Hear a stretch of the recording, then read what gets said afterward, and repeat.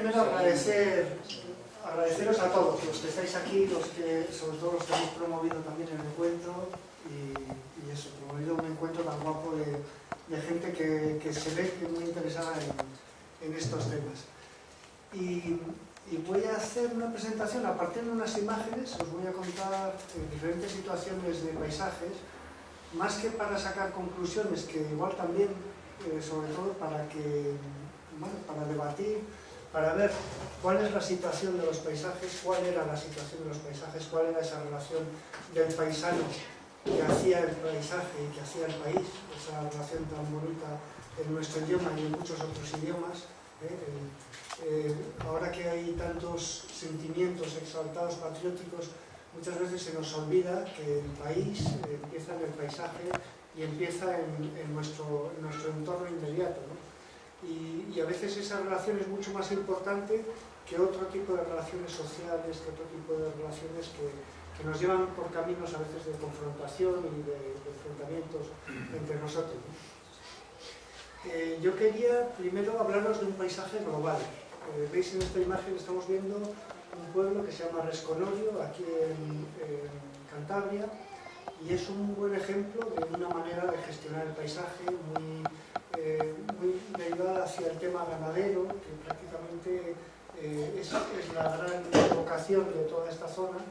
y sin embargo, como veis, el árbol aún está presente en todas las maneras posibles en este paisaje. El árbol sigue dando de comer, sigue dando forraje, sigue calentando a la gente, sigue siendo la madera para hacer prácticamente todo,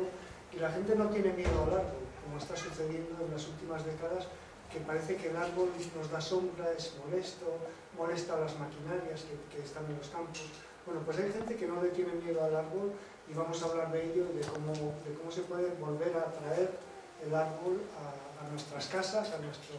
nuestro hogar, a ese paisaje cercano del que nunca debería haber salido.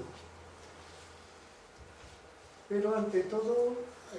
hay un paisaje global. Yo quería recordarlo porque desde lo que hacemos aquí, en cada una de nuestras casas y en cada lugar, estamos incidiendo en el resto del planeta,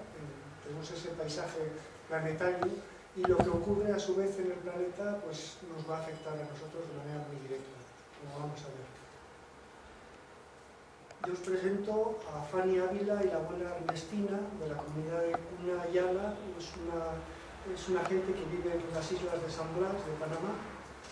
y van a tener que salir de sus islas quizás no tengan ni 20 años de tiempo, porque las islas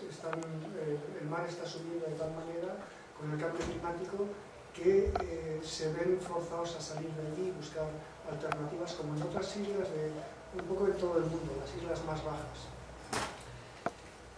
Ellas, curiosamente, pertenecen a una tribu que ha sabido convivir perfectamente con el medio, que incluso guarda zonas intocadas, guarda zonas de selva o lugares en los que apenas se toca, la gente no entra, de hecho, porque son zonas sagradas, y son un buen ejemplo de cómo haber mantenido una relación sostenible con su entorno a lo largo de siglos y de milenios. Pero en realidad esta relación, aunque parezca que no nos va a afectar a nosotros, o que nosotros estamos al margen de todo esto, que podemos vivir un poco, bueno, que el cambio climático no nos llegará tan pronto, realmente los últimos incendios, por ejemplo, de este invierno, nos hacen ver que sí, que el cambio climático va a llegar, que está llegando, que es algo galopante, que es algo cierto, que no son especulaciones de ecologistas. ¿Se puede bajar un poquito? Sí. O si no te abrimos el micro. ¿Se oye bien? ¿Oís bien desde el fondo? Así se y bueno, se nos presenta un panorama muy crudo en el que podemos prever que va a haber cada vez más calor,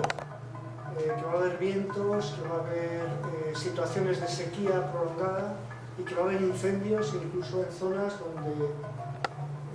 donde prácticamente no existían o prácticamente eso, no habríamos siquiera pensado en ello. La amenaza es real, es palpable, está aquí y es algo vamos, creciente, muy difícil de parar, porque como sabéis depende de muchas cosas, depende de sistemas políticos, pero lo que sí sabemos es que el paisaje a partir de aquí, desde este día hasta en el futuro,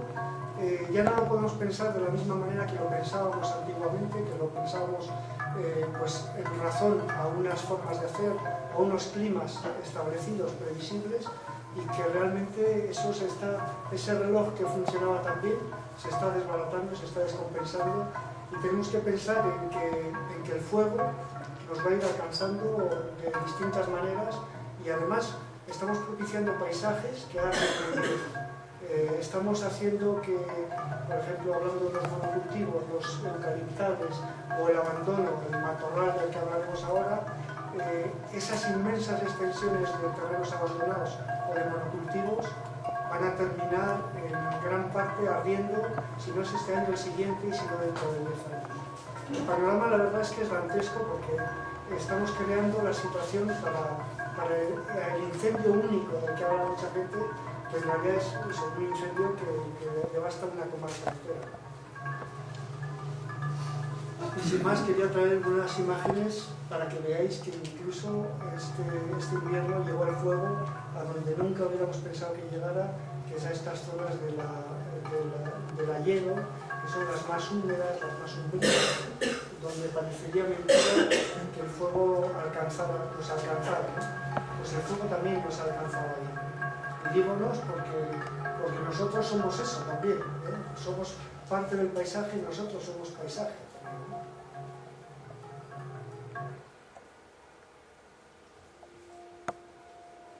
Bueno, los paisajes del fuego se podían explicar de muchas maneras distintas, pero yo casi querría deciros que hay todo un pensamiento muy moderno, una forma de explicar lo que está sucediendo, que lo fía todo a que hubo una cultura del fuego, que los ganaderos siempre quemaron, que esto era así y que prácticamente, bueno, pues que estamos abocados a que esto continúe así siempre. Y veis un paisaje de Argomar. Todo esto ha ardido también este invierno. Resulta que el Argoma, el Tojo, como le queráis llamar, se llama de muchas maneras por aquí por el norte, pues es una planta pirófita que arde muy bien, y no solo arde muy bien, sino que el fuego la beneficia, de tal manera que cuando arde, luego rebrota muy bien de sus raíces y ha tenido la ventaja de que toda la competencia peor adaptada al fuego ha quedado eliminada. Esta es una estrategia que aprovechan muchas otras plantas, como vais a ver el helecho, muchas otras, y hace que estas plantas se perpetúen con el fuego y que periódicamente haya fuegos que acaban con el argomal, pero del cual va a renacer un argomal más fuerte, más potente, más vigoroso que el que había antes. Nos dicen que sí, que los paisanos siempre quemaron y que era para obtener pasto y demás. Bueno, yo esto lo pongo en duda porque nosotros llevamos entrevistando mucha gente desde hace muchos años, y cuando ahora uno entrevista a un paisano de mi edad, de 50 y pico años, de 60, dice, sí, yo eso siempre lo conocía así. Pero cuando hace 30 años entrevistábamos a paisanos de Somiedo, paisanos de otras comarcas, y nos decían, no, aquí nunca se quemó, esto es de ahora. Gente que con 90 años tenía la memoria de mucho tiempo atrás y sabía que nunca se quemó en el monte por una sencilla razón: todo en el monte se aprovechaba, hasta la última hierba. Un paisano de Somiedo nos decía, mira, ¿ves aquel risco allí arriba del toro? ¿Ves ese poquitín de hierba? Bueno, pues yo subía allí y me ataba con una cuerda para segarlo y para dar una carguina de hierba al ganado. No quedaba ni una brizna de hierba porque todo absolutamente era aprovechado. Si no era para forraje, como el caso del Argoma, pues se utilizaba para rozo, estro, no sé cómo se le llama aquí, el rozo, el bullío, que era lo que tenía la gente para hacer la cama del ganado y para hacer luego el estiércol. Y claro, es que la gente pobre tenía una doble pobreza, porque cuando era pobre de ganado, encima no tenía estiércol con el que hacer eso, con el que abonar las tierras. Esto significaba que tenían que traer más rozo para poder sacar más estiércol y de alguna manera, bueno, sacar sus cosechas en el huerto, en los campos, en el patatal. Bueno, no sobraba nada. Ahora nos dicen que sí, que siempre se quemó, que se quemó mato a mato, pero estas son relaciones modernas, muy modernas, de hace solo unas décadas,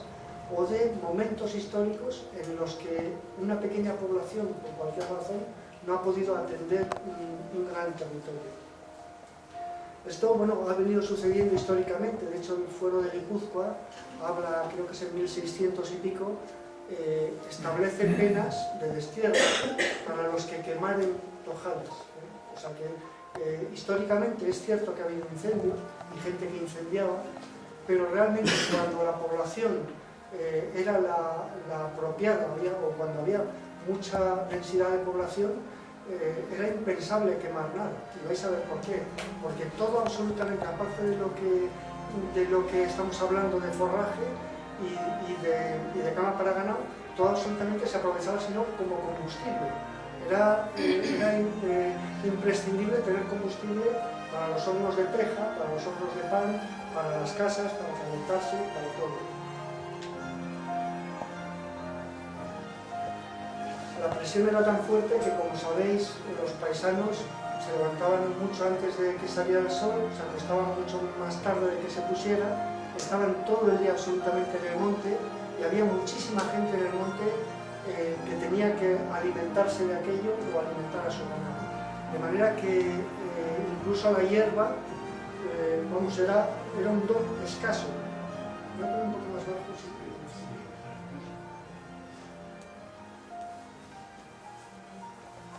Y había toda una regulación perfecta de cómo aprovechar cada uno de los recursos, de cuándo y cómo subir al ganado al monte, de qué ganado iba primero, porque aprovechaba de una mejor manera o de una manera o de otra ese recurso, la hierba y demás. Nosotros, la verdad es que hemos olvidado en poquísimo tiempo todo ese tipo de relaciones que eran esenciales. Y casi hay una pregunta que yo os hago y que nos debemos hacer todos, y es que cómo es que una población mucho mayor, la española, la cántabra, cualquiera de nuestro ámbito, mucho mayor que la que había antaño, cómo es que se puede permitir el lujo de abandonar de pronto todos los montes, de quemarlos, en vez de utilizar toda esa riqueza, considerarla como maleza, y empezar a quemar, o empezar a abandonar, o empezar a dedicarlo todo a los monocultivos como el del eucalipto, los pinos y demás. Hay una respuesta muy simple, creo que no hay otra. Me agradará verlo luego en el debate si podemos hablar sobre ello, pero la respuesta es tan simple que con el petróleo podemos traer materia prima y elementos manufacturados de cualquier lugar del mundo con la mano de obra más barata que se pueda conseguir y sin pensar mucho en la sostenibilidad o el futuro, el porvenir de todas esas materias primas de lo que en realidad estamos haciendo. El primer mundo está absorbiendo como un cáncer toda la energía, todas las materias de otros mundos, y resulta que vivimos muy bien y podemos abandonar por primera vez lo nuestro. Pero esto podemos calcularlo ya casi con total certeza de que no va a durar muchas décadas. No sé cuándo va a terminar esta relación, pero el expolio global que estamos produciendo tiene fecha de caducidad y cuando eso suceda vamos a darnos cuenta de que no sabemos cómo manejar nuestro paisaje, de que no sabemos qué hacer con todos esos monocultivos y con todas esas relaciones aberrantes que hemos creado con el paisaje, y de pronto vamos a tener un problema muy serio, y lo van a tener sobre todo nuestros hijos y las generaciones que vendrán.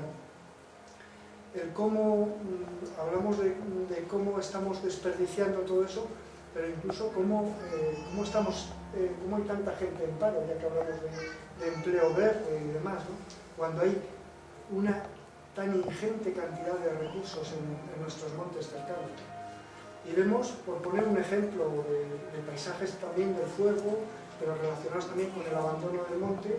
los paisanos, estos gamonales, este aspodelo que veis aquí, yo creo que se llama aquí gamón en Cantabria también, estos gamonales los utilizaban, los tubérculos, para dar de comer a los cerdos. De manera que no sobraba el gamón. El gamón era una planta, no era una plaga como es ahora. Fijaros toda esa ladera de la izquierda del monte, cubierta de gamón y estropeando los mejores pastos de todo un pueblo.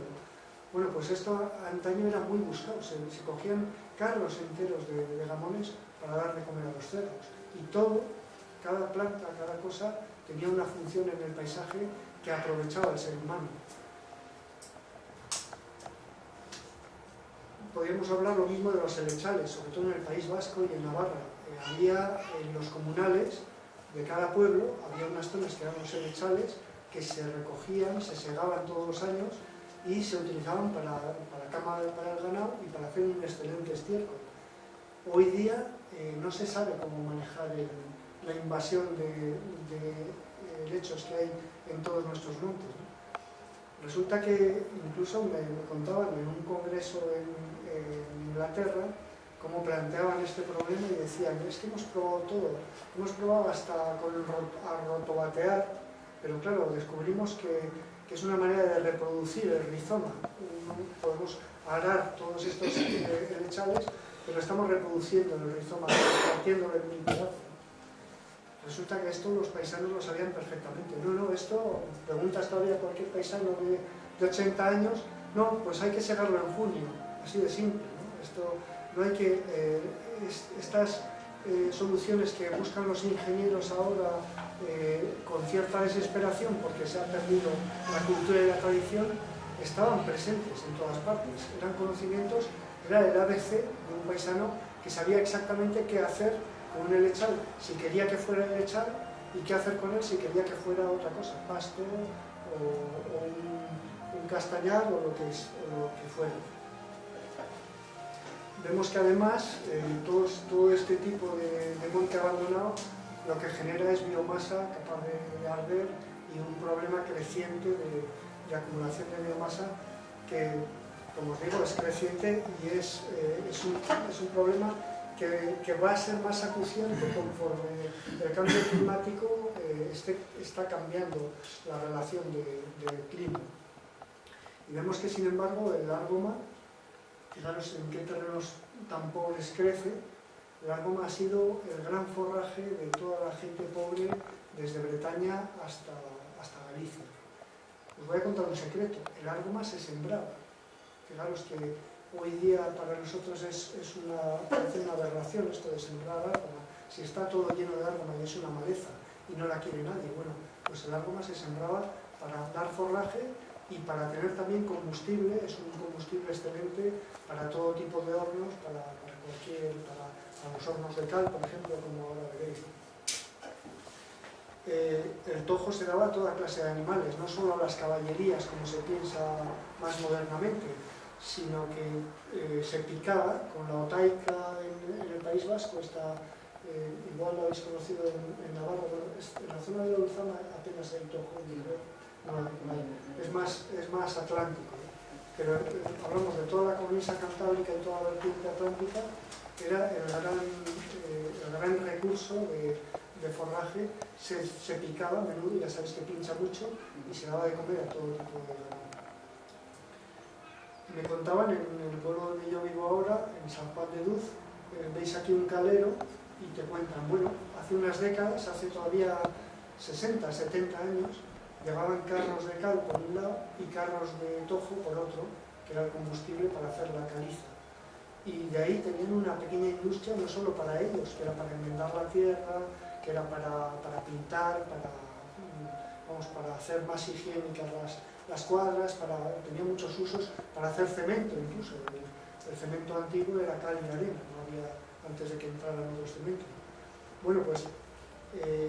no quedaba nada en los montes, porque todo el tojo en el área cercana a cualquiera de estos hornos, o en el área cercana a cualquier pueblo, todo el tojo era recogido escrupulosamente. Si acaso la gente se peleaba por el tojo, por el helecho, por lo que fuera, ¿no? Ahí incluso cuenta Julio Caro Baroja en Navarra, había, no sé en qué pueblos eran, pero se iba al monte, a los helechales, un día determinado en septiembre, y hacían una carrera, los paisanos del pueblo, para ver quién cogía los mejores helechales, para que os hagáis idea. Entonces todos estos eran recursos que hoy realmente son problemas que nos obligan a crear estos cortafuegos, a mantener, a hacer desbroces con un enorme coste para las administraciones y siempre son insuficientes. Bueno, realmente las reglas del juego han cambiado tanto que ya apenas nos damos cuenta de que había de que también el paisaje funcionaba como un reloj por sí solo, de manera gratuita y creando continuamente riqueza de lo que hoy llamamos maleza y nos parece un grave problema y es algo que despreciamos. Junto a esto, también hay que tener en cuenta, permitirme la contradicción más absoluta en este caso, pero esa maleza, ese matorral, como lo queráis llamar, también tenía una función muy importante en el mundo natural, porque son los mecanismos que tiene el bosque para volver a ser bosque. Entonces, ahí es verdad que las cabras, que los manejos humanos controlaban toda esa maleza, pero a la vez esa maleza es esencial para que el bosque vuelva a ser bosque, para que todo funcione y para que el paisaje sea rico y sea diverso, que en esta diversidad del paisaje radica gran parte de la sostenibilidad de nuestro entorno. Y veis un ejemplo, fijaros, hay un fenómeno que se llama facilitación en ecología, que es que cuando hay muchos herbívoros, hay plantas que solo logran nacer, por ejemplo el tejo que estáis viendo ahí, solo logran nacer dentro de otras que están mejor adaptadas, como el acero, que son pinchosas, que tienen buenas defensas, como el espino albar, como el espino de aranes. Todas estas plantas protegen y crean las condiciones para que el bosque, donde tenga que volver a surgir, surja. Y de hecho los bosques, en esa tremenda distancia que hay entre la pradera y el bosque, siempre hay una zona intermedia, que es esa zona de orla, que es esa zona donde se está dirimiendo continuamente ese diálogo entre el bosque y la pradera. Y como resultado veis que luego, si el bosque prospera, llega a haber una convivencia tal que podrán estar conviviendo el acebo con el tejo y todas las especies de un bosque determinado, creando a su vez las condiciones para que la biodiversidad de otro tipo de seres, hablamos de animales, hablamos de líquenes, hablamos de musgos, hablamos de toda la corte que llevan los bosques, para que todo eso tenga lugar. Y podemos hablar también de las alas del bosque, que son los pájaros que continuamente, por un lado, son los que están sembrando los bosques y propiciando esa dinámica natural del paisaje, y por otro lado además están cumpliendo una función que apenas sabemos apreciar, de limpieza, de control de todas las plagas y cualquier tipo de proliferación de elementos patógenos, podríamos decir entre comillas, que pueda existir en un bosque, pero también en nuestro prado. Todo esto está relacionado exactamente también con el paisaje humano que hay a los pies de los bosques. ¿Veis el reyezuelo? Mirad, yo lo tengo en el huerto de casa, todos los días yendo al limonero y haciendo una revisión perfecta de todos los árboles, de todas las plantas, de todo lo que hay allí, por arriba, por abajo. Es un pájaro que nunca para un segundo quieto, revisa absolutamente todo lo que le parece que hay que revisar ese día, come todas las huevos, pulgones, todo lo que encuentra y se va. Y al día siguiente vuelve a hacer la misma labor. Y como él, podemos hablar de una gran cantidad de animales que están haciendo esa labor callada, pero esencial para nuestra propia supervivencia y para nuestro propio bienestar. Podríamos hablar de un verdadero sistema inmunitario del paisaje que crece en estas zonas más salvajes, En estas zonas de bosque, en estas zonas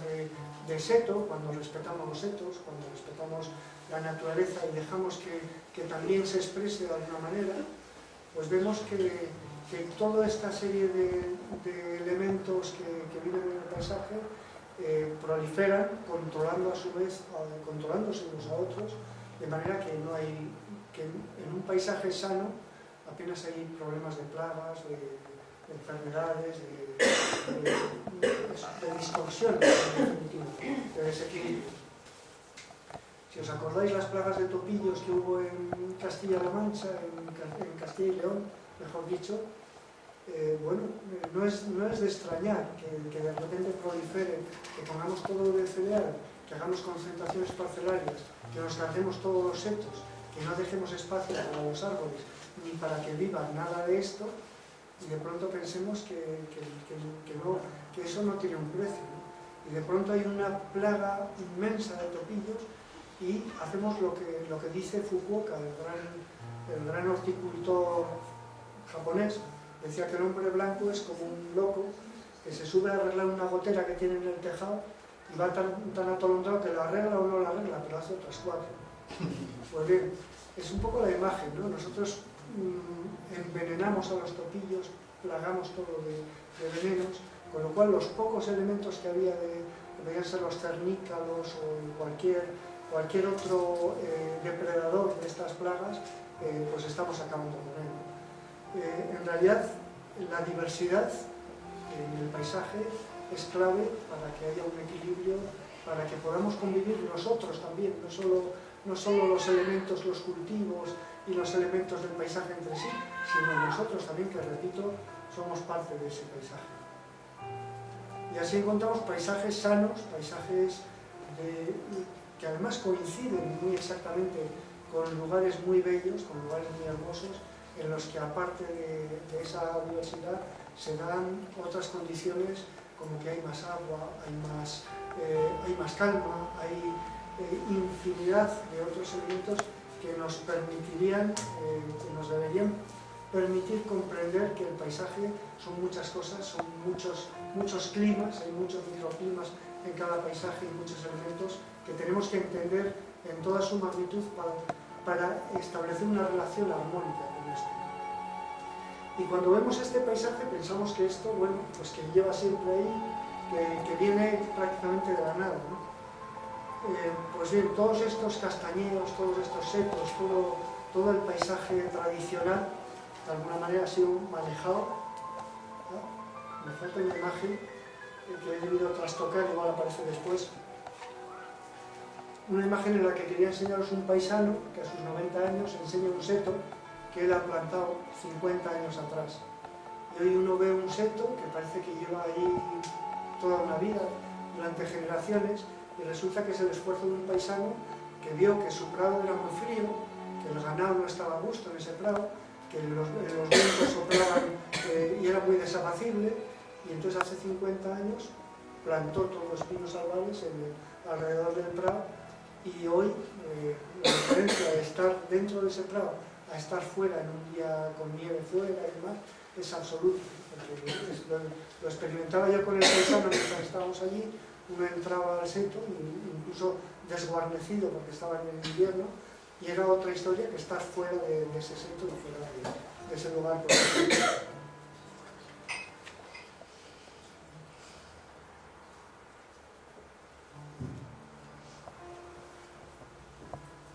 Y entramos en la antítesis de todo esto de lo que estamos hablando, que es el bosque por auténticos extraterrestres, que no solo nos están vendiendo la moto de que nos trae mucha riqueza, de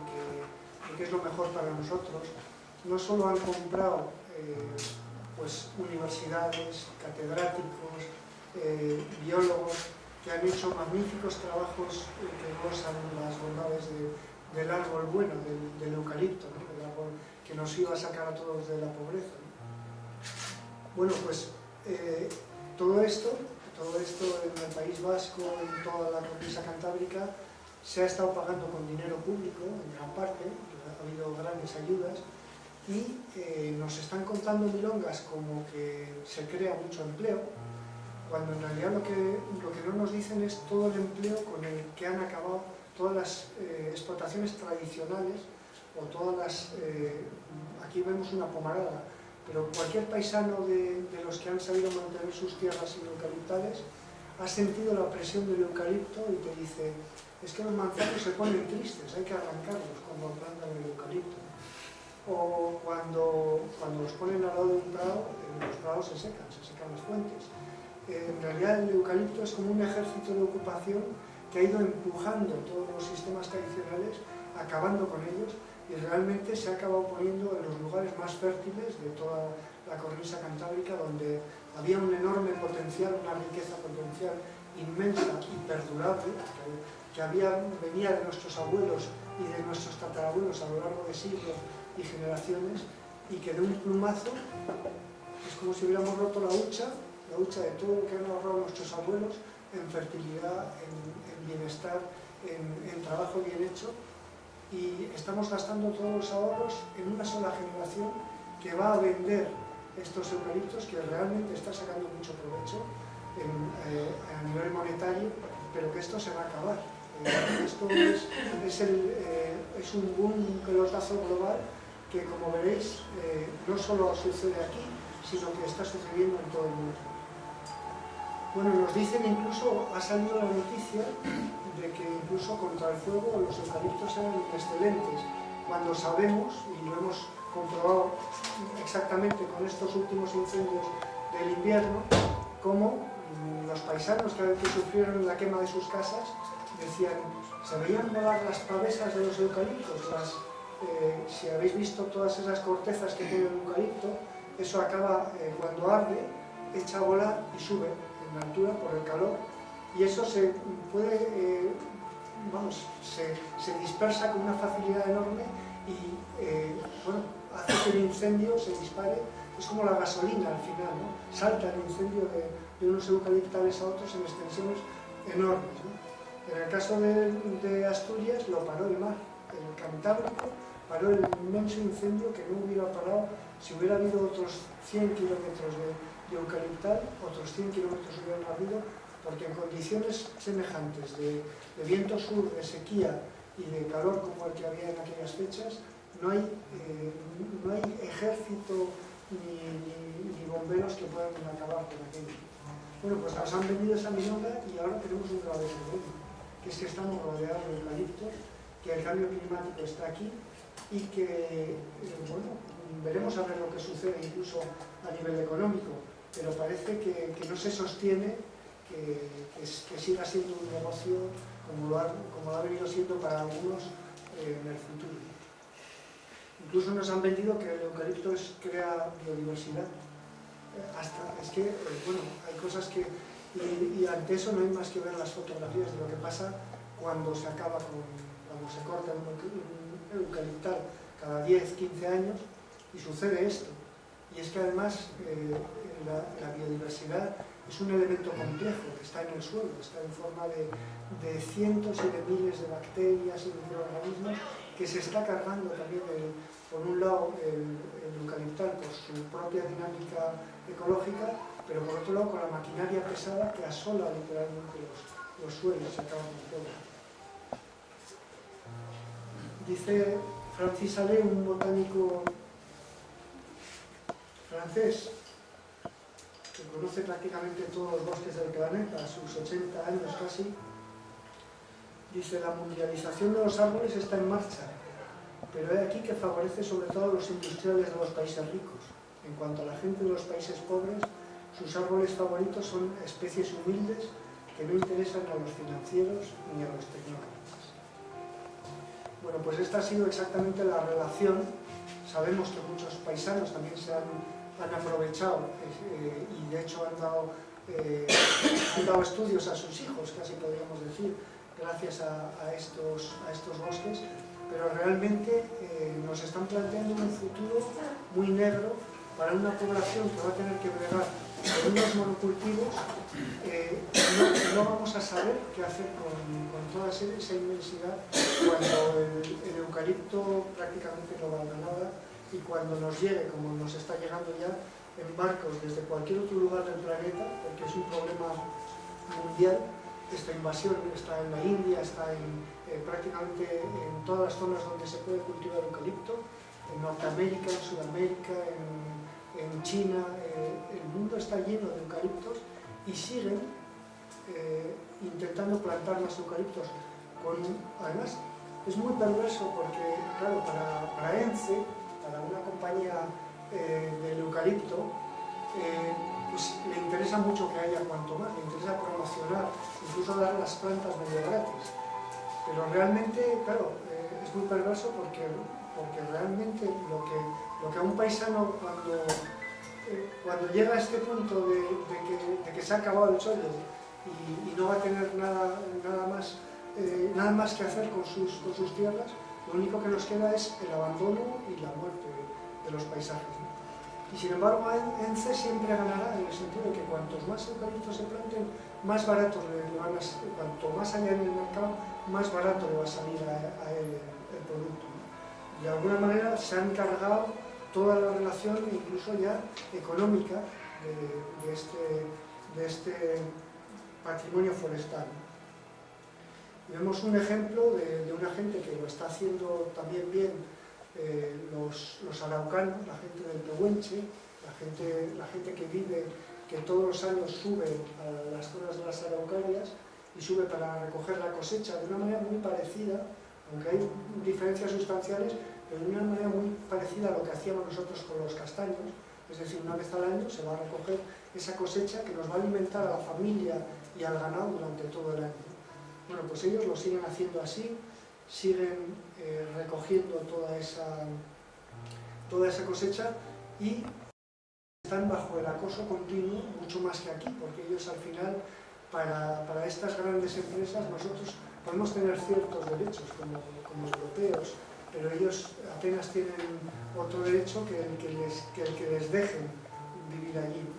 Bueno, pues las grandes compañías están cercando incluso a esta gente, de tal manera que les cortan las araucarias, se valen de triquiñuelas legales de todo tipo, tienen todos los poderes a su servicio, como suele suceder, y cuando protestaban, que incluso hay araucanos, hay gente del Pehuen que está en la cárcel por enfrentarse a las compañías que por un lado les cortan su madera y por otro plantan eucaliptales, y cuando protestan, pues les decía, hay una frase que a mí me llegó al alma, que es la contestación de un maderero, de una empresa maderera, ante las protestas de los mapuches que se habían levantado en una marcha pacífica, pero que estaba produciéndoles un gran daño a las madereras, ¿no? Y les dicen, yo no les he molestado a ustedes, hermanos mapuches, yo necesito la pura madera, el terreno va a quedar igual para ustedes. Esta es la sensibilidad, la empatía de cuando nos convertimos en extraterrestres, en depredadores absolutos de todo lo demás, y somos incapaces de entender las relaciones no ya ecológicas, sino sociales del ser humano que vive en sociedad con sus árboles y con un respeto milenario hacia esos árboles que son, para la gente del Pehuen, son familia. De hecho, tienen una relación familiar, tienen toda una mitología, toda una forma de entenderlo, que al final, de una manera muy parecida a lo que pasaba con el castaño, cada familia tiene su hogar, su forma de entender y de hacer, y durante siglos se ha ido transmitiendo toda esa cultura y esa forma, esa cultura que está perfectamente unida a la economía. Y estamos en Navarra, en una de las zonas que como antítesis podemos decir que mejor se han gestionado a lo largo de siglos y siglos, una gestión comunal, en este caso en parte la Sierra de Urbasa es de todo el patrimonio de todos los navarros que pueden subir allí su ganado, en parte hay zonas de limitaciones y demás que son de los pueblos coterráneos que hacen aprovechamiento de todo lo que hay ahí arriba, hacen los mejores quesos del mundo, yo diría, aquí nos vamos a pelear luego en el debate, ¿no? Pero los mejores quesos del mundo, repito, están en esta sierra. Sitierianos asturianos. Sí, ¿verdad? No es torta, no. La gente se calienta con la leña que produce este bosque, la gente se beneficia del agua que este bosque produce, de hecho hay fábricas de sillas, la madera es un gran patrimonio que pertenece y se usa, los pastos dan de comer a todo tipo de ganado, en fin, es una riqueza sostenible que perdura y que está ahí para uso de generaciones y generaciones si siguen sabiendo hacerlo como se ha sabido hacerlo. El caso contrario es la desintegración de comunales que hemos sufrido en todo el país a lo largo de siglos y bajo todo tipo de excusas y bajo todo tipo de... Ha habido actores de todo tipo que se han apropiado de los comunales. Pues por ejemplo, traigo una foto que trae una historia especialmente aberrante. Estos eran los comunales de varios pueblos de la zona de Colunga en Asturias. Cuando la desamortización, pues se les expropiaron y se pusieron a subasta. De manera que la gente que venía usufructando todos esos territorios, pero que no podía demostrarlo porque no había papeles de ningún tipo, tenía que comprar lo que siempre había sido suyo. Fijaros que a mí todo esto me sigue haciendo parecer que somos indígenas de alguna manera, ¿no? O sea, que nos siguen expropiando de una manera exactamente igual que han expropiado a los indios americanos, a los araucanos y a cualquiera, ¿no? Bueno, pues resultó que todos los pueblos reunieron una cantidad de dinero para ir a la subasta que se celebraba en Madrid para recomprar sus terrenos, para comprarlo. Bueno, pues el abogado al que le hicieron aquel encargo, resulta que llegó tarde a la subasta. Claro, lo había comprado la parte contraria, era uno de los caciques de la zona, y entonces, por muy poco dinero, se llevó todo aquello. Bueno, el tiempo ha ido pasando. Gran parte de esos comunales han ido a parar a las manos de la familia Masaveu. La familia Masaveu pretendía hacer con esos comunales y otros pocos comunales que seguían siendo comunales de Villaviciosa, del concejo vecino, querían hacer unos campos de golf, varios, no uno, porque si ponemos ya varios es mejor, varios campos de golf con urbanización de lujo, con puerto deportivo de lujo, con hoteles, bueno, todo un complejo urbanístico que, aprovechando esto, más lo que seguía siendo comunal, es decir, de todos los vecinos de Villaviciosa. Esto se ha parado, parece, de momento tampoco lo tenemos tan claro, pero realmente es un buen ejemplo de lo que sucede con la economía especulativa que trata de extraer el máximo beneficio de una zona en concreta sin importarle lo que vaya a pasar con la gente, con el lugar, con el empleo y con el futuro de ese paisaje. Los ejemplos en realidad podían ser infinitos, porque incluso gente particular en los pueblos, o alcaldes, o municipios, incluso fijaros, hay una aberración particularmente espantosa, que es cuando un municipio coge y los comunales, que eran de todos nosotros, de todos los vecinos, uno a uno, la gente que está empadronada en ese sitio, pues el alcalde de turno del ayuntamiento decide expropiarlo con unas u otras triquiñuelas. Ha habido 1001. Resulta que de pronto pasa a ser del ayuntamiento. Y, aunque parece que el ayuntamiento seríamos todos, de pronto a veces estamos viendo que no responden a nuestros intereses. Y que de pronto, si yo quiero plantar un árbol en ese comunal, como ahora veremos que era uno de los grandes mecanismos de uso, pues yo tengo que pedir permiso al ayuntamiento, que muchas veces tiene unos intereses muy alejados de lo que le interesa a la gente, ¿no? Y que tiene, sobre todo, un interés especulativo, sacar un rendimiento dinerario a ese terreno, en vez de un interés global de futuro,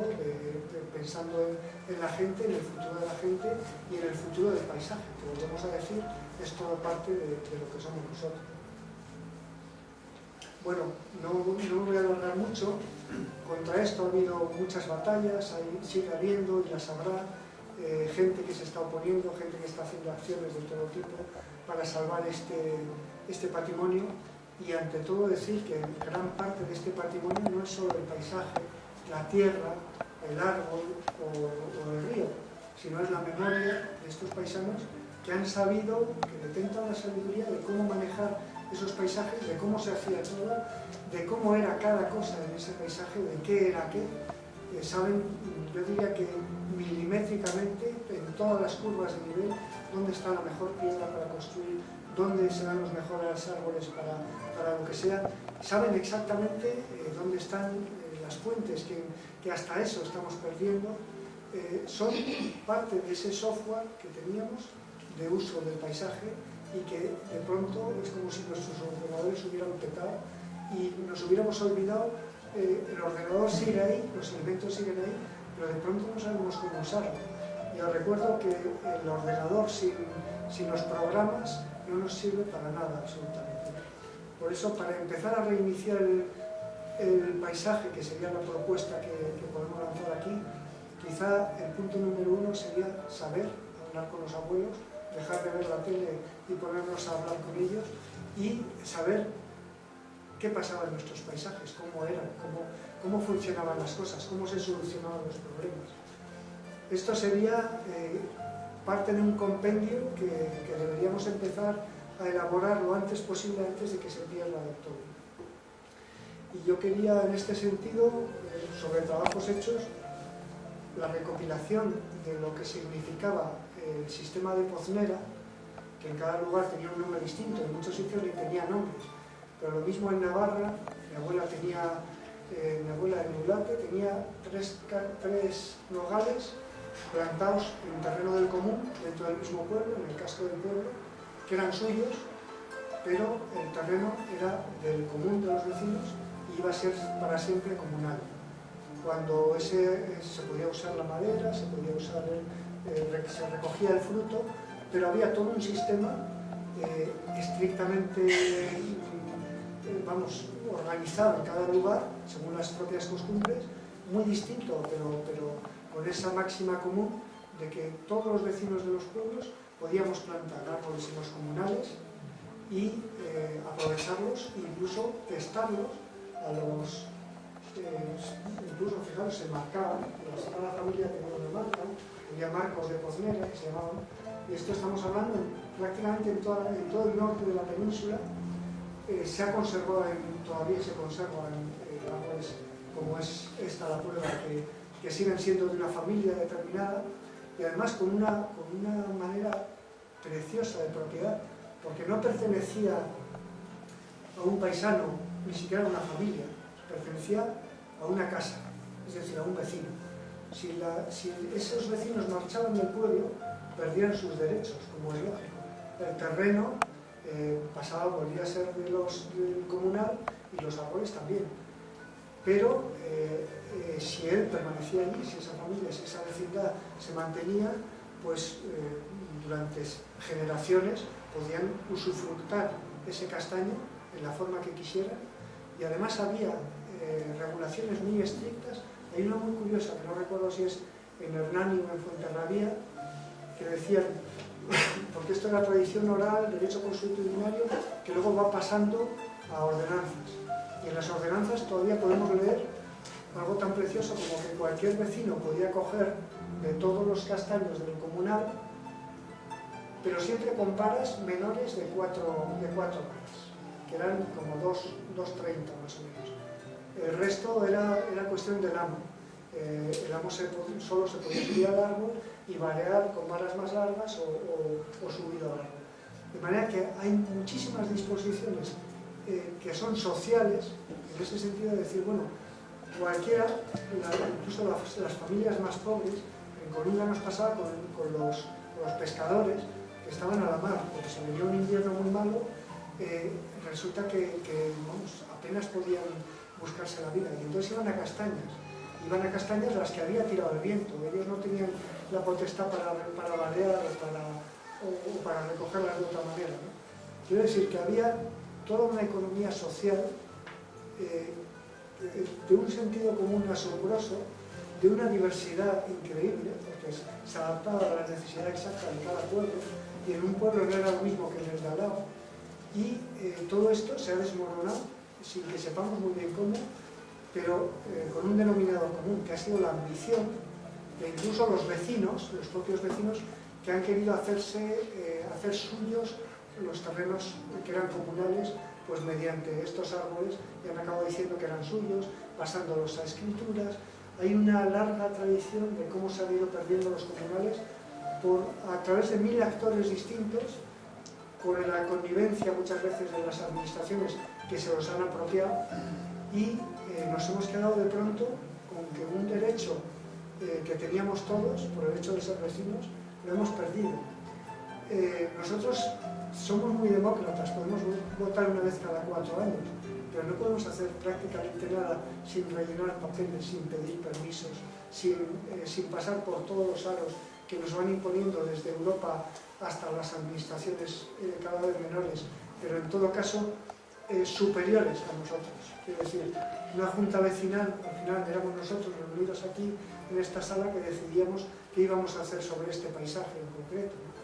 Y había muchas cosas que ni siquiera había que pedir permiso, porque eran de mejor.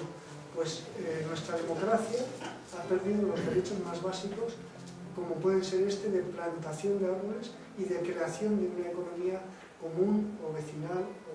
o de los paisanos. Bueno, traía algunos marcos más, pero ya voy acabando. Esto es un testamento